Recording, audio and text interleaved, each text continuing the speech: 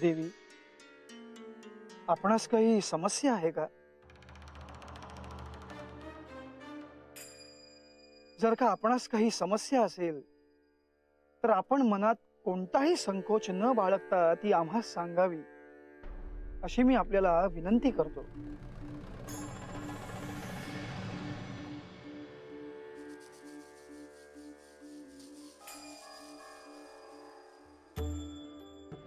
माझ्या मातापित्यांनी माझ्या विवाहाचा प्रस्ताव जेजुरीच्या राजांकडे पाठवला होता. प्रस्तावाच्या बोलणेसाठी आमंत्रित देखील केले गेले, परंतु आपल्या राजांनी एक अट घातली होती की त्यांची खूणगाठ माझ्याकडे असेल तरच जेजुरीत येता येईल. मला माणसेला अट ही पहा खूणगाठ.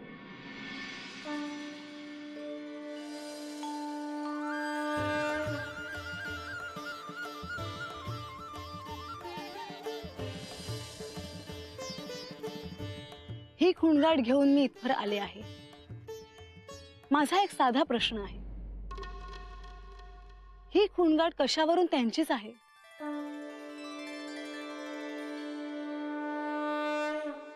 ही खूणगाठ त्यांचीच आहे ही साक्ष मला जोपर्यंत पटत नाही तोपर्यंत मी जेजुरीत प्रवेश करणार नाही.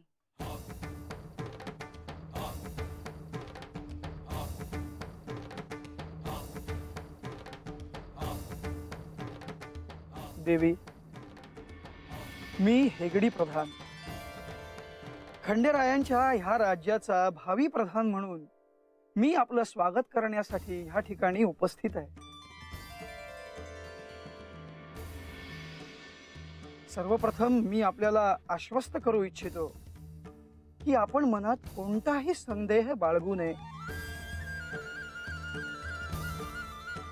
जर खंडेरायांनी आपणास ती खूणगाठ आणावयास सांगितली असेल तर त्याबद्दल त्यांच्या मनात नक्कीच काहीतरी योजना असेल.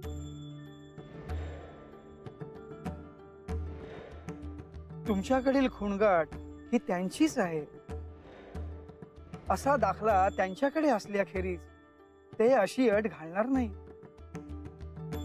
मी जरी ह्या राज्याचा भावी प्रधान असलो तरी आपण मला भगिनी समान आहात.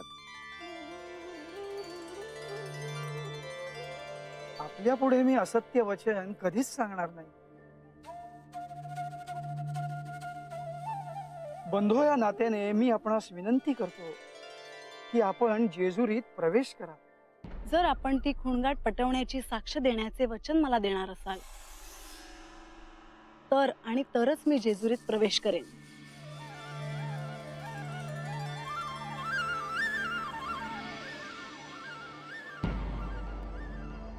याबद्दल आपण अगदी निश्चिंत असावं. आपल्या आणि खंडेरायांच्या भेटीपूर्व मी स्वतः आपणास त्या खूणगाठीची साक्ष पटवून देईन असं मी आपणास वचन देतो.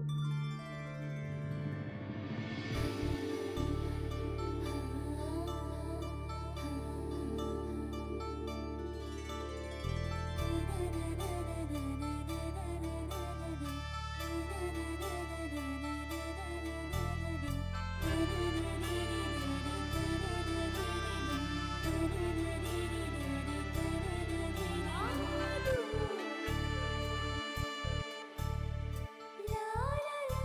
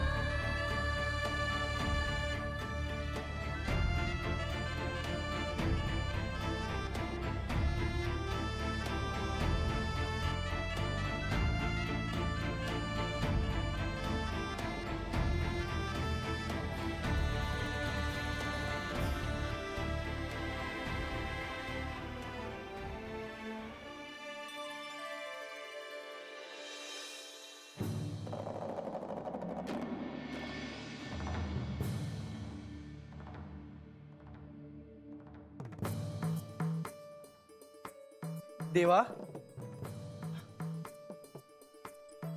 प्रधानजी, आम्ही आपलीच वाट पाहत होतो. गडावर पाहुण्यांचे आगमन झाल्याचे कळले. त्यांच्या आगमनात कोणताही व्यत्यय नाही ना आला? व्यत्यय असा नाही देवा, पण देवी म्हाळसा यांच्या मानीपणाचा आम्हाला चांगलाच प्रत्यय आला. आपल्या कन्येकडे माझी एक खूणगाठ आहे आणि ती असेल तरच आपली भेट घडू शकते असा निरोप आपण दिलात खरा. पण ती खूणगाठ पटली तरच मी जेजुरीच्या वेशीत प्रवेश करेन असा प्रण म्हाळसा यांनी घेतलाय. मी कशीबशी त्यांची मनधरणी करून योग्य वेळी ती खूणगाठ तुम्हास पटवून देईन असे वचन दिलंय त्यांना. देवा, खरं सांगायचं तर त्या खूणगाठीचा विषय त्यांनी चांगलाच मनाला लावून घेतलाय.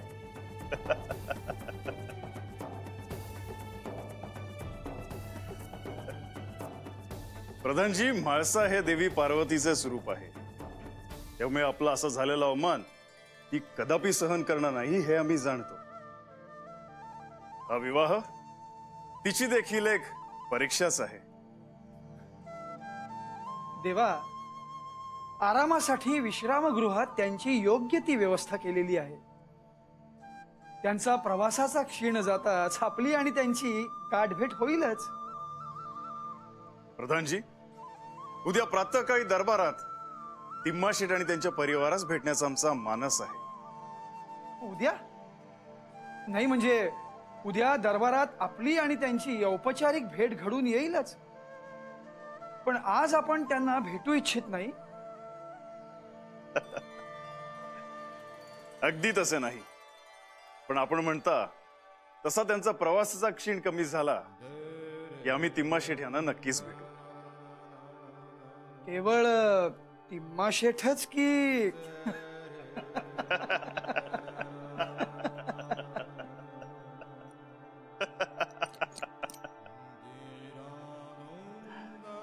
प्रधानजी, आपल्या बोलण्यातील सूचकता आम्ही जाणतो, परंतु तिम्माशेठ एक कट्टर शिवभक्त आहे. त्यामुळे आम्हाला प्रथम आमच्या परमभक्ताला भेटायची ओढ लागली आहे. जसे आपण योग्य समजाल देवा. मी तात्काळ सेवकाकडे तिम्माशेठ यांना बोलवण्याचा निरोप धाडतो.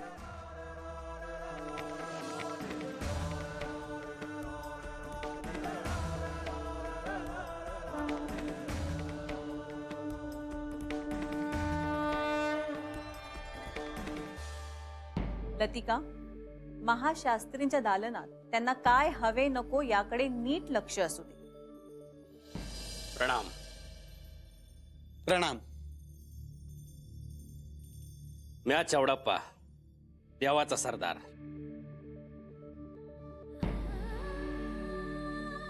जेजूरगडावरच्या या विश्राम कक्षात आपल्या सर्वांचं स्वागत आहे.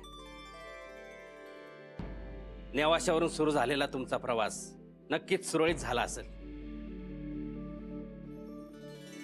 थोडंसं थकलेलं वाटतंयसा, आराम करा.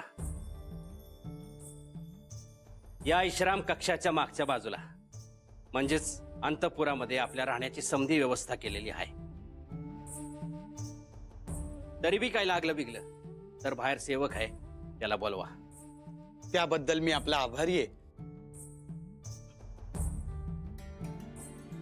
देवाने निरोप धाडलाय, त्यासनी आपल्याला भेटायचं आहे.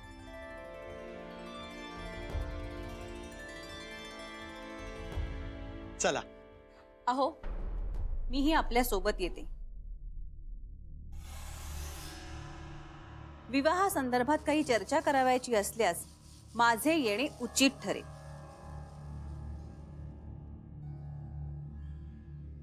माफी असावीची.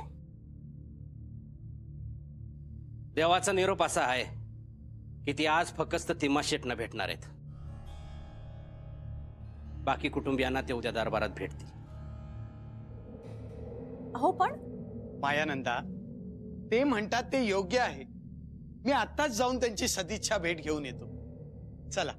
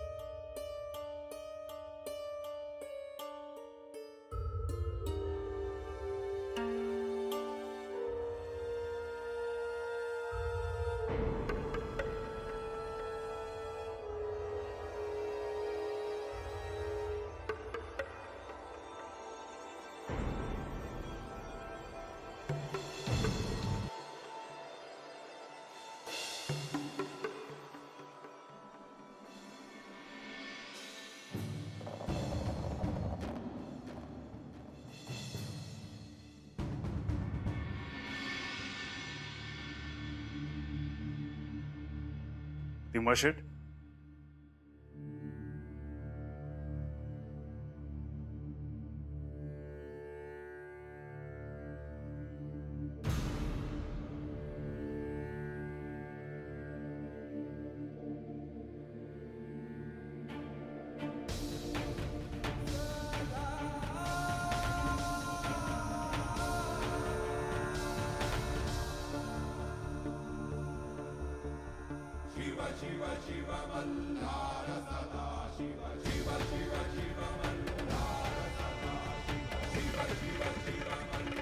उठ तिमाशेट.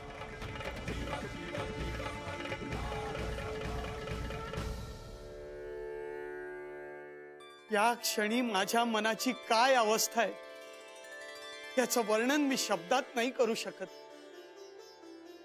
आपण मला दृष्टांत दिलात आणि आता साक्षात दर्शन दिलं. एका भक्ताला ह्यापेक्षा आणखी काय हवं असेल प्रभू? तिमाशेट, सावर स्वतःला. तुझी आणि माझी गाठभेट होणारच होती, कारण तुझ्यासारख्या परमभक्ताला भेटायची ओढ मलाही लागली होती. तुझ्यासारख्या परमभक्ताने धाडलेला प्रस्ताव मी कसा अवेरला असता?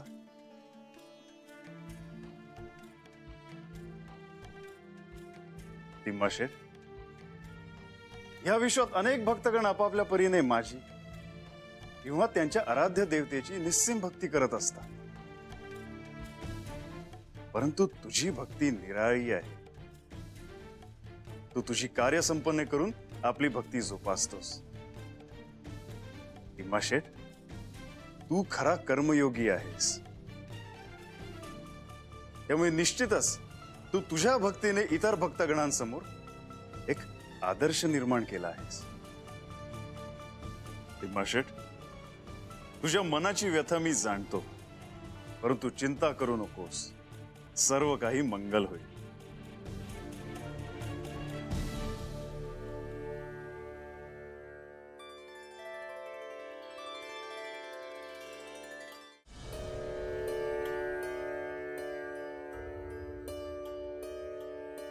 म्हाळसा, तुझा पिता होण्याचे भाग्य या जन्मी मला लाभले हे माझे महत् भाग्य. शिवनामाचे स्मरण अंतःकरणात सदैव सुरू ठेवले त्याचे फळ आज मला मिळाले. तुझ्या विवाहासाठी मी खूप चिंतेत होतो. आजवर फुलासारख्या जपलेल्या कन्येचा हात कुणाच्या हाती द्यावा हा प्रश्न मला सदैव सतावत होता. परंतु आता सगळे प्रश्न संपले, सारी कोडी उलगडली. तुझा भाग्योदय झालाय माणसा. हे स्वप्ने की सत्य याचे भान मला नाही, परंतु एक सांगतो, तुझ्या भाग्योदयाबरोबर माझ्याही जन्माचे सार्थक झाले माणसा. तेजानं ओतप्रोत असलेल्या मार्तंड भैरवांशी साक्षात तुझा विवाह होणार ही भावनाच किती रोमांचकारी आहे. या पुढचे तुझे आयुष्य सुखाचे असणार आहे, समृद्धीचे असणार आहे, यात मात्र मला तिळमात्रही शंका नाही. बाबा, तुमची त्यांच्याशी भेट झाली? ते काय म्हणाले? तुम्ही काय म्हणालात? माझा नेवाशाहून आपण जेजुरीस विवाहाची बोलणी करण्यास येणार हे तर विधी लिखितच होते. पण बाबा, माझा तुझा माझ्यावर विश्वास आहे ना? हा विवाह नक्की होणार. खंडेराय हे एकमेव तुझ्यासाठी अनुरूप वर आहे.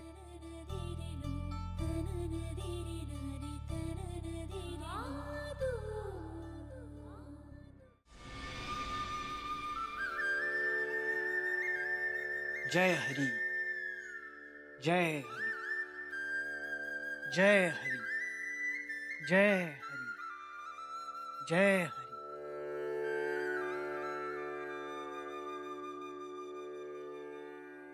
बानू, मी तुला म्हणालो की आता तुला कठोर साधना करणं क्रमप्राप्त आहे.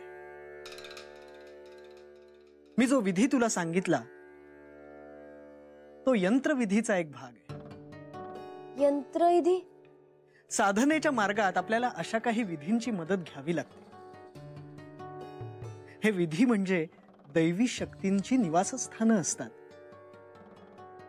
ते एक शास्त्र आहे, त्याबद्दल मी तुला आणखी माहिती देईनच. पण तुर्तास खंडेरायांची तुझी भेट व्हावी असं जर तुला वाटत असेल तर हळकुंडापासून शिवलिंग तयार करून मनोभावे त्याची पूजा करण्याच्या व्रतात मात्र खंड पडू देऊ नकोस.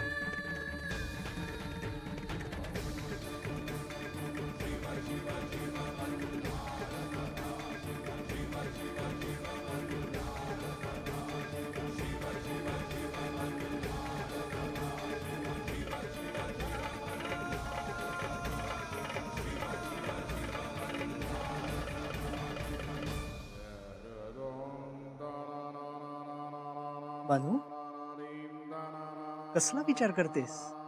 महाराज, माझ्यासारखं हे असलं एखादं व्रत अजून कोणी करत असेल तर खंडेराय माझ्या आधी त्या भक्ताला भेट देतील.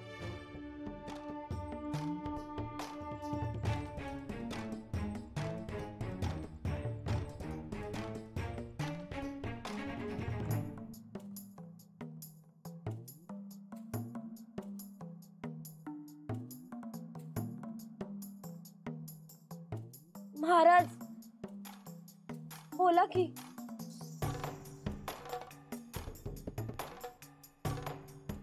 बानू, एक गोष्ट मात्र ध्यानात ठेव. आपल्या आराध्याची भेट व्हावी म्हणून अनेक जण कठोर तपश्चर्या साधना करत असतात, पण आराध्याच्या मनात मात्र कधीही द्विजाभाव नसतो.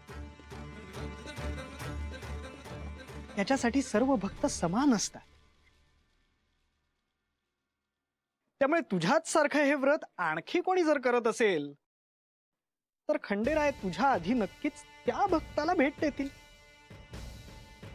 त्यामुळे तुला अधिक प्रखर तपश्चर्या करण्याची गरज आहे.